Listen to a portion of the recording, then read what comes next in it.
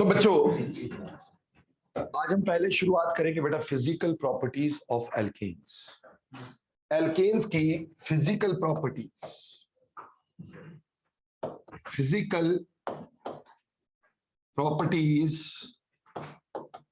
Of alkanes.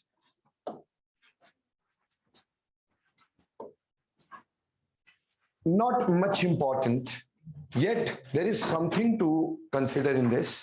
सबसे पहले देखो बेटा, कभी भी फिजिकल प्रॉपर्टी की बात करते हैं तो हम उसकी कलर की बात करते हैं, स्मेल की बात करते हैं, बॉइलिंग पॉइंट की बात करते हैं, मेल्टिंग पॉइंट की बात करते हैं, पोलैरिटी की बात करते हैं, सॉल्युबिलिटी की बात करते हैं। ये सब चीजें हमें यहाँ पर पढ़नी है।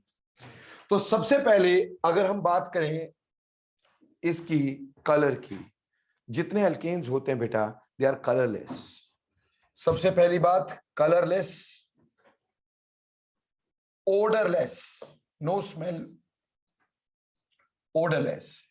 जैसे बेटा हमारा जो एलपीजी सिलेंडर होता है, एलपीजी सिलेंडर के अंदर ब्यूटेन एंड आइसोब्यूटेन का मिक्सचर डाला जाता है, ठीक?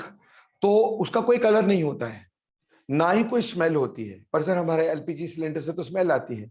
बेटा उसमें हम स्पेसिफिकली एक स्मेलिंग एजेंट डालते हैं, दैट इज इथाइल मरकैप्टेट।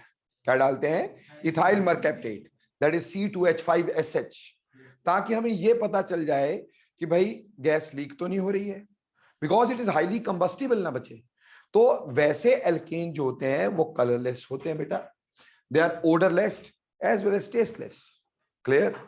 लेकिन इंपॉर्टेंट बात जो सबसे पहले हम पढ़ेंगे वो पढ़ेंगे boiling point, boiling point of alkanes. See, जब हम बॉइलिंग पॉइंट्स की बात करते हैं, बॉइलिंग पॉइंट ऑफ एल्केन की बात करते हैं बेटे, बॉइलिंग पॉइंट ऑफ एल्केन्स में हमारे पास अगर हम ध्यान दें तो पहले 5 कार्बन तक till C5 we have gases. पहले 5 कार्बन वाले एल्केन जो होते हैं वो गैसियस होते हैं। क्लियर हो गई बात? और उसके बाद आपके पास 5 कार्बन से लेके 17 कार्बन तक, 17 कार्बन तक they are liquids and rest are solids, rest are solids. तो यहां से एक बात समझ में आती है कि जैसे कार्बन का नंबर बढ़ेगा वैसे बॉइलिंग पॉइंट बढ़ेगा। With the increase in carbon number, with increase in carbon number, increase in carbon number, boiling point increases। ठीक? क्यों बेटा? देखो बच्चे, alkanes are basically somewhat non polar, है ना? पोलैरिटी तो है ही नहीं, क्योंकि कार्बन और कार्बन के बॉन्ड है, उसके साथ हाइड्रोजन के बॉन्ड है। हाइड्रोजन और कार्बन की इलेक्ट्रोनेगेटिविटी में बहुत ज्यादा फर्क होता नहीं है, इसलिए पोलैरिटी ऑल टुगेदर मिसिंग है। तो दो मॉलिक्यूल्स के बीच में जो फोर्सेस यहां पे रहेंगी वो रहेंगी London dispersion forces, which are van der Waals forces, है ना बेटा? आपको पढ़ाया था नॉन पोलर में instantaneous dipole, induced dipole, that is London dispersion forces होती हैं, ठीक? विच are van der Waals forces. और हमने ये भी पढ़ा था कि वैन डर वाल फोर्सेस जो होती हैं they increase with increase in size. जैसे साइज बढ़ता रहता है, जैसे सरफेस एरिया बढ़ता रहता है, वैसे ही आपके पास वैन डर वाल फोर्स ऑफ अट्रैक्शंस बढ़ती हैं। Reason, more and more interactive sites are there. से मेरे पास एक है प्रोपेन, तो प्रोपेन मैं कैसे बनाऊंगा? This is propane. Hydrocarbons because of sp3 hybridised carbon forms a zigzag chain. Hydrocarbons कैसे बनाते हैं? जिगजैग चेन बनाते हैं बेटा, इसलिए ये प्रोपेन हो गया। अगर ब्यूटेन बनाऊंगा तो दिस इज ब्यूटेन, 4 कार्बन वाला। अगर पेंटेन बनाऊंगा सो दिस इज पेंटेन, ठीक? 1 2 3 4, और ये पेंटेन हो गया, ठीक? तो आप क्या देख रहे हैं, जैसे ये हमने 3 कार्बन से 4 कार्बन पे गए, 4 से 5 कार्बन पे गए, सरफेस एरिया बढ़ा कि नहीं? अब सरफेस एरिया बढ़ा तो अगर मैं इसको मॉलिक्यूल को ऐसे लेता हूं, इस मॉलिक्यूल को मैं ऐसे लेता हूं, इस मॉलिक्यूल को बेटा मैं कुछ ऐसा शो करता हूं, so what we see over here कि हमारे पास यहां पे इंटरेक्शन साइट्स कम होंगी क्योंकि सरफेस एरिया कम है, तो इंटरेक्ट करने वाली, अट्रैक्ट करने वाली साइट्स क्या होंगी, कम होंगी। जितना सरफेस एरिया ज्यादा होगा, आप देखो इंटरेक्शन की साइट्स उतनी ज्यादा बढ़ जाएंगी और ऑब्वियसली बॉइलिंग पॉइंट बढ़ेगा। ये सिर्फ एल्केन में नहीं है, ये सारे हाइड्रोकार्बन, सारे ऑर्गेनिक कंपाउंड्स में होता है कि कार्बन का नंबर बढ़ने से हमेशा बॉइलिंग पॉइंट क्या करता है, इंक्रीज करता है। ये सभी हाइड्रोकार्बन्स और सभी ऑर्गेनिक कंपाउंड्स की बात है। आज के बाद जब भी कभी बॉइलिंग पॉइंट किसी भी ऑर्गेनिक कंपाउंड का आता है तो कार्बन का नंबर बढ़ने से बॉइलिंग पॉइंट हमेशा क्या करेगा, इंक्रीज करेगा। गॉट इट और नॉट? वहीं पर बेटा एक दूसरी बात आ जाएगी कि अगर हम ब्रांचिंग की बात करें तो ब्रांचिंग से सरफेस एरिया डिक्रीज होता है। ठीक, ब्रांचिंग के साथ सरफेस एरिया डिक्रीज होगा। अगर सरफेस एरिया डिक्रीज हुआ तो बेटा बॉइलिंग पॉइंट डिक्रीज होगा। तो विद ब्रांचिंग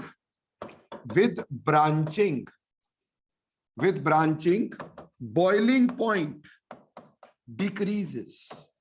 ब्रांचिंग के साथ साथ बॉइलिंग पॉइंट जो होगा वो डिक्रीज करता चला जाएगा। क्यों बेटा? से मैं ऐसा करता हूं, एक ले लेता हूं ऐसे करके pentane, this is n pentane.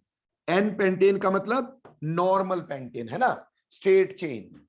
मान लो इसमें ब्रांचिंग कर देते हैं, अगर सेकंड कार्बन पे हमने ब्रांच बनाई है तो उसको नाम देते हैं आइसोपेंटेन। क्या नाम देते हैं? आइसोपेंटेन। गॉट इट और नॉट? और अगर हम इसकी बात करें नियोपेंटेन, अगर मान लो दो ब्रांच निकल आती है, यानी there is a quaternary carbon. Neo शब्द कब लगता है? जब क्वाटरनरी कार्बन हो, जिसका 4 कार्बन जुड़े हुए हो। क्या ये बीच वाला कार्बन क्वाटरनरी कार्बन है कि नहीं है? इसका यहां पे भी कार्बन, यहां पे भी कार्बन, यहां पे भी कार्बन, यहां पे भी carbon. So this is neo group, this is called as neo group. So this can be called as neopentane. ये नियोपेंटेन हो गया। अगर आप ध्यान दोगे तो neopentane because of branching acquires almost a spherical area, isn't it? It acquires a spherical area, whereas isopentane is somewhat like this and n-pentane is somewhat like this.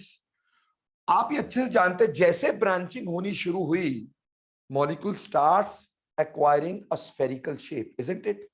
And for a given volume, sphere has the minimum surface area. किसी भी given volume के लिए sphere का surface area सबसे कम होता है। तो जैसे यहां जा रहे हैं तो आपका सरफेस एरिया डिक्रीज कर रहा है, और अगर सरफेस एरिया डिक्रीज करेगा तो बेटा बॉइलिंग पॉइंट भी डिक्रीज करेगा, क्योंकि van der Waals force of attraction decrease करेगी। इसलिए बॉइलिंग पॉइंट, जैसे यहां पे प्रोपेन का कम था, कार्बन का नंबर बढ़ने से बॉइलिंग पॉइंट बढ़ रहा था, लेकिन ब्रांचिंग से बॉइलिंग पॉइंट क्या करेगा, डिक्रीज करता चला जाएगा।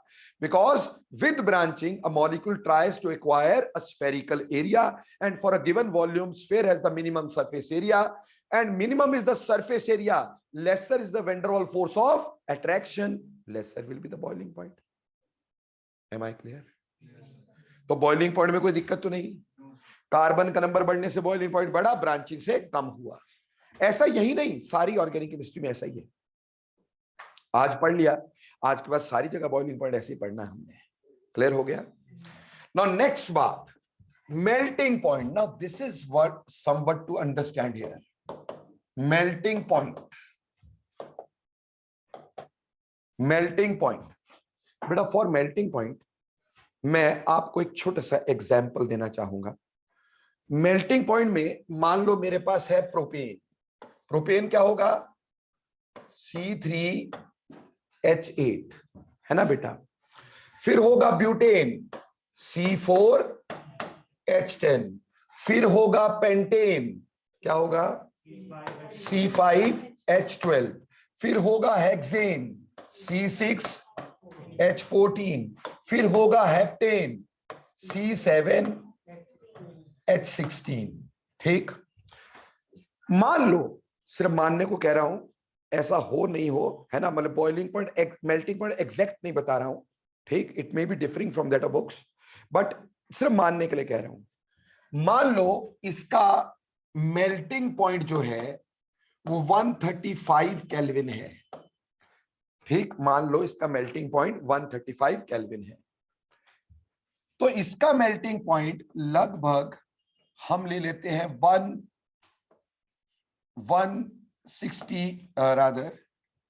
174 केल्विन ले लेते हैं, 174 केल्विन। इसका हमने ले लिया 187 केल्विन, ठीक। इसका ले लिया 221 केल्विन, ठीक है जी। मेल्टिंग पॉइंट एज सच, मतलब these are not the exact values, it is just to make you understand, okay। तो इसका जो बॉइलिंग पॉइंट ले लेते हैं से वो ले लेते हैं 234 kelvin for a time being, ऐसे मैंने ले लिया। वैल्यूज अलग हो सकते, बार बार बोल रहा हूं। क्या इसमें आपको किसी तरह का कोई चीज नजर आ रहा है?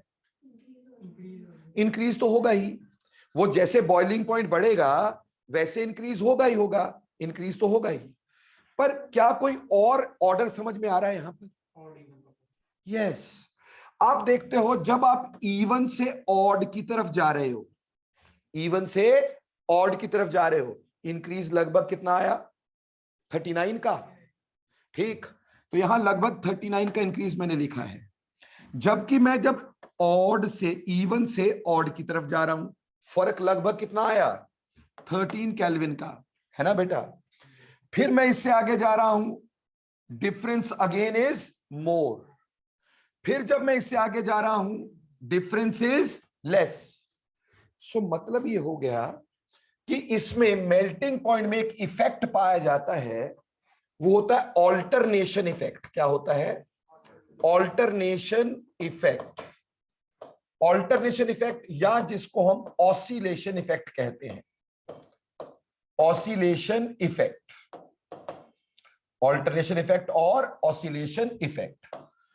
क्या होता है ऑल्टरनेशन इफेक्ट या ऑसिलेशन इफेक्ट में? क्या होता है? When we move from odd to even, when we move from odd to even, increase in melting point is more, ठीक। but when we move from even to odd, increase in melting point is less। increase तो हो रहा है, लेकिन जब हम even से odd जा रहे हैं, ठीक, तो इंक्रीज कम हो रहा है। ऑड से इवन जा रहे हैं, इंक्रीज ज्यादा हो रहा है। इसी को हम क्या बोलते हैं? ऑल्टरनेशन इफेक्ट या ऑसिलेशन इफेक्ट। पर सर ऐसा क्यों होता है? इसको समझने के लिए हम ऐसा करते, दो एग्जाम्पल लेते हैं। से एक एग्जाम्पल मैंने लिया butane, this is butane, isn't it. और एक ले लेते pentane, so this is pentane. This is even and this is odd. बेटा इवन में, ब्यूटेन में आप देखोगे जो दो टर्मिनल ग्रुप्स हैं, ये दो terminal groups, they are on the opposite sides or not? So terminal groups are on the opposite sides. Terminal groups are in different orientations, opposite side पे है। जबकि अगर ऑड नंबर वालों में देखते हो तो क्या हुआ?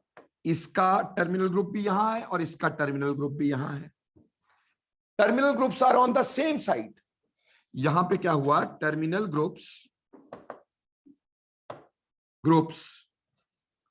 Are on the same side.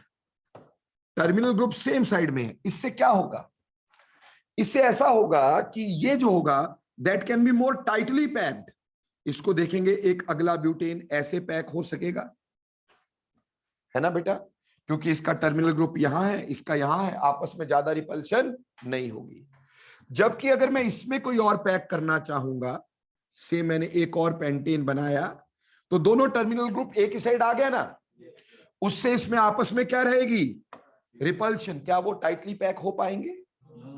So this can be tightly packed. This can be tightly packed. तो जो इवन नंबर वाले होते हैं वो टाइटली पैक हो जाते हैं, और melting point definitely tight packing पे ज्यादा डिपेंड करता है। समझ में आई बेटे बात?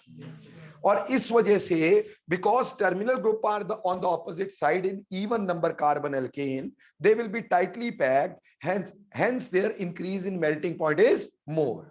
Whereas when we have odd number of carbons in alkane, the terminal groups are on the same side. So while packing, क्योंकि हम solid की बात कर रहे हैं, melting point किसका होता है? Solid का.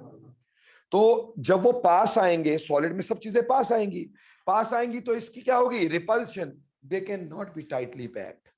Got it or not? और जब टाइट पैकिंग नहीं होती है तो मॉलिक्यूल ज्यादा पास नहीं होंगे, कम मॉलिक्यूल्स आसपास होंगे, इंटरेक्शंस कम होगी. अगर टाइटली पैक होंगे तो एक ही मॉलिक्यूल के आसपास ज्यादा मॉलिक्यूल होंगे, इंटरेक्शंस ज्यादा हो जाएंगी. तो इस वजह से हमारे पास इवन में टाइट पैकिंग की वजह से इंक्रीज इन मेल्टिंग पॉइंट ज्यादा होता है. ऑड में टाइट पैकिंग के साथ टाइट पैकिंग इतनी नहीं हो पाती क्योंकि terminal groups lie on the same directions, so they repel each other, hence they are not tightly packed, hence their melting point increase is less. Clear? Yeah. But this alternation effect is found up to 10 carbons only. बेटा 10 carbon तक की oscillation effect होता है, उसके बाद तो increase regular हो जाता है. ठीक है, 10 कार्बन तक, उसके बाद तो मॉलिक्यूल ऑलरेडी इतना बड़ा हो गया कि उसमें टाइट पैकिंग का कोई मतलब रह ही नहीं गया. समझ में आ गई बात? तो oscillation effect is found till the 10 carbon. 10 carbon तक ऑड से इवन जाते मेल्टिंग पॉइंट का इंक्रीज ज्यादा, इवन से ऑड जाते मेल्टिंग पॉइंट का इंक्रीज कम, and that is due to terminal groups are on the opposite sides in even number carbon, hence they are tightly packed, and in odd number carbon terminal group lies on the same side, same plane, so they will not be tightly packed, hence there increase in melting point is less. बोलो clear? अब रही बात branching. अगर branching होती है तो obviously branching से हमारे पास van der Waals force of attraction, after all इसमें आपस में फोर्सेस कौन सी है? वेंडरवॉल ना. तो ब्रांचिंग के साथ मेल्टिंग पॉइंट भी डिक्रीज करेगा जैसे बॉइलिंग पॉइंट डिक्रीज करता है. तो with branching melting point also decreases. Melting point also decreases. Branching के साथ मेल्टिंग पॉइंट फिर से डिक्रीज करेगा. ठीक, बट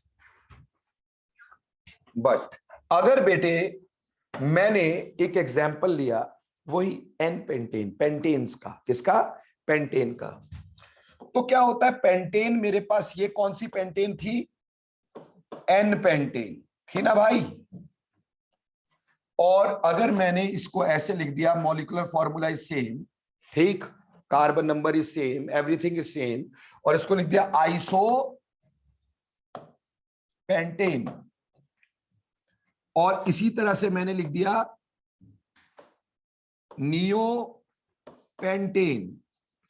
अब मैंने तुम्हें यह कहा है कि ब्रांचिंग के साथ हमेशा मेल्टिंग पॉइंट क्या करता है? डिक्रीज.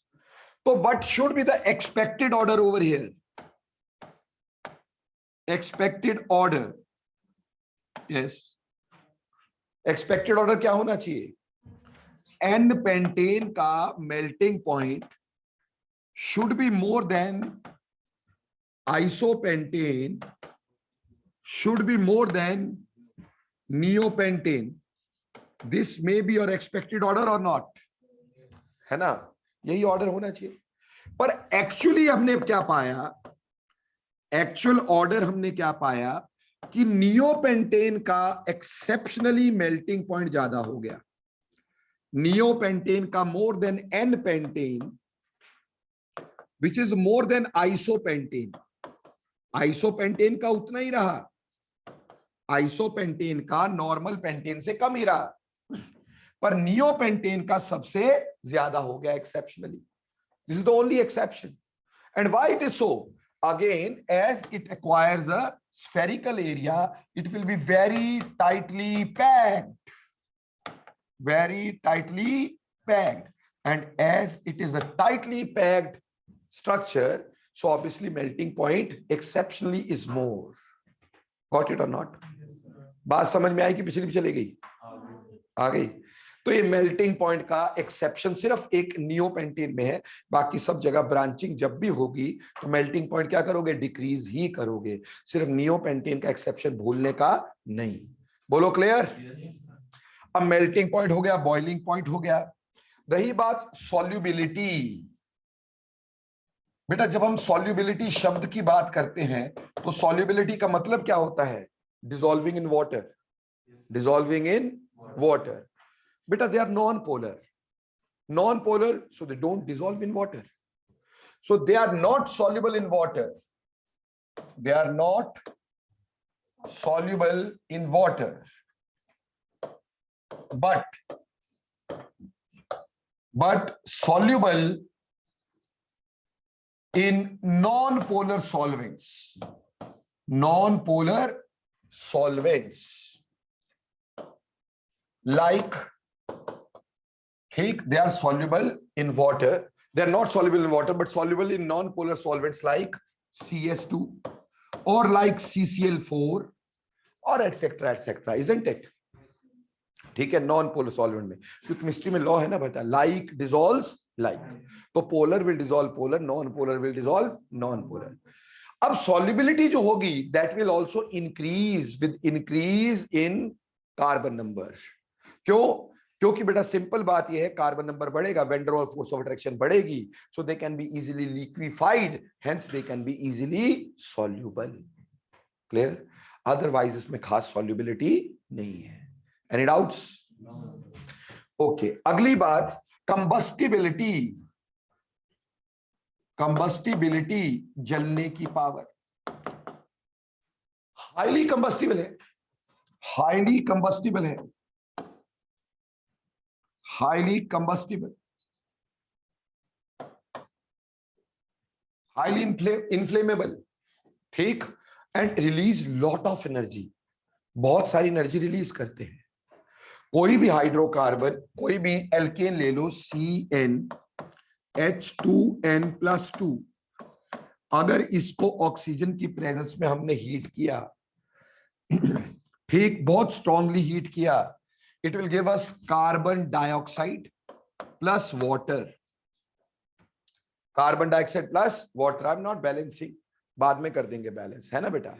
तो कार्बन डाइऑक्साइड और वाटर देंगे and lot of energy is given out, lot of energy is given out. That is why हम हाइड्रोकार्बन को as LPG fuel, isobutane and butane का मिक्सचर यूज करते हैं। ठीक इस तरह से मीथेन को फ्यूल की तरह यूज किया जा सकता है। तो आप कोई भी हाइड्रोकार्बन को एज अ फ्यूल यूज कर सकते हो, बिकॉज इसमें बहुत सारी एनर्जी बाहर आती है व्हेन एवर दे आर कंबस्टेड। इसकी कंबशन की रिएक्शन हम करेंगे ऑक्सीडेशन में। बोलो क्लियर? ये तो सिर्फ ये बताया कि जब इसको ऑक्सीजन का जलाते हैं, कार्बन डाइऑक्साइड वाटर देता है और बहुत सारी एनर्जी बाहर रिलीज करता है। Any doubts? So this is end of the physical properties. इसमें और कोई फिजिकल प्रॉपर्टी की मतलब ही नहीं रह जाता। सो ये फिजिकल प्रॉपर्टीज थी। बोलो सभी को समझ में आई?